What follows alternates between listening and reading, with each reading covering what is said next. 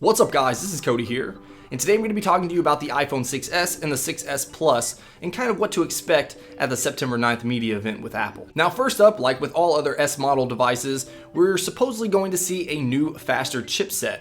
So hopefully it's going to be more efficient as well as faster. Now we can't get a clock speed or anything like that just yet, but of course that'll come all in due time. Now the rear facing camera is something that we've been waiting for an upgrade for quite a while now. We've been at 8 megapixels for the past 3 years, but hopefully on this 6S and 6S Plus model we're going to be seeing a rear facing camera upgrade to 12 megapixels. Now not only that, but we're also going to be seeing a slightly wider aperture as well as hopefully 4K video recording, which I think would be really awesome. Now the upgrades don't stop there at the rear facing camera, but we're also going to see an upgrade in the front facing camera as well from 1.2 megapixels, which is pretty miserable, up to 5 megapixels, which is a massive upgrade. Now not only that, but we're also hopefully going to be seeing 720p slow motion with the front facing camera as well as panorama shots. Now Force Touch has been the talk of the town lately, and this is supposedly supposed to ship with the new Apple devices. Now I'm pretty excited to see how they're going to implement this and what uses Apple is actually going to use with them, but I'm also excited to see what jailbreak devs are going to do with this feature as well.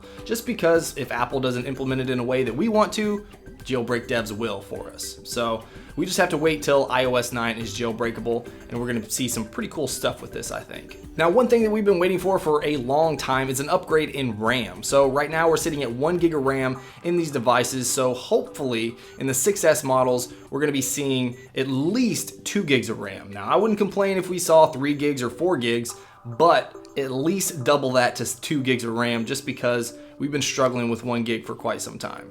Now in terms of storage, we're probably going to see the exact same thing that we saw last time with a base model of the 6S and the 6S Plus starting at 16 gigs. Now I know this makes a lot of people a little unhappy just because they want to see that base model at 32 gigs, which I would totally agree with. But for me, I gravitate more towards the 64 gigs just because, I mean, that's a massive bump. From 16 gigs to 64 gigs for an extra $100. It's worth it to me, but I know a lot of people are trying to save that extra $100.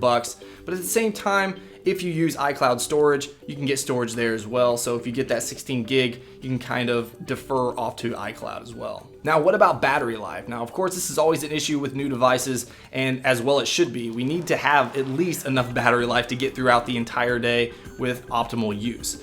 So with the new devices, we're actually going to see a slightly smaller battery. So for the 6S, we're jumping down from 18 milliamps to 1715 milliamps. And for the 6S Plus, we're jumping down from 2910 down to 2750. Now, keep in mind that Apple's not going to come out on stage and say, hey, we have less battery life.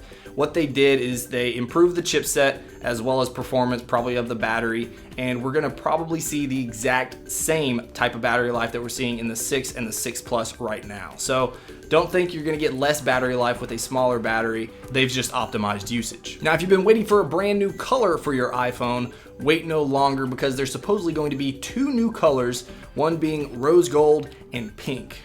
So,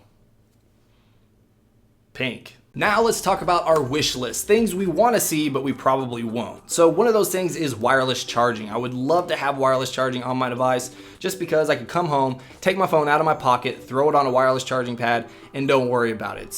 Now it's charging and it's going to continue to charge. I don't have to fish out, a cable from behind my PC to plug it in, or, take off my case and throw it in a dock. I can just throw it onto the wireless charging pad and be done with it. Next thing is super fast charging or supercharging, whatever they call it, I don't even know. But Android devices have this, and basically, or some Android devices have this, and you can charge from 0 to 100% in 2 hours, which would be really awesome because the iPhone 6 Plus actually takes about 3.5 hours. So that's 75% longer to charge your entire battery. Now in terms of pricing, it's going to stay basically the same as it was last time. So the iPhone 6S at 16 gigs is going to start at $199, and the 6S Plus is going to start at $299, and that's with a 2-year contract. Of course, if you don't have the 2-year contract, it's going to be more expensive. So you're starting at $649 for the 6S and $749 for the 6S Plus. Now, of course, like I said, these devices are going to be unveiled on September 9th at Apple's media event. You're probably going to be able to pre-order on September 11th, and you'll actually be able to pick these up on September 18th. That is, of course, based on their previous trends and launch dates. But let me know what you guys think about the new 6S and 6S Plus in the comments below. What features are you wanting to see, maybe that I didn't even mention in this video, in the new devices, as well as are you going to be picking one of these up? Let me know in the comments below because I'll be eager to see what you guys have to say. Alright guys, if you enjoyed this video, make sure you smash that like button. Of course, if you want to see more videos just like this, then make sure you subscribe. Alright guys, until next time, peace.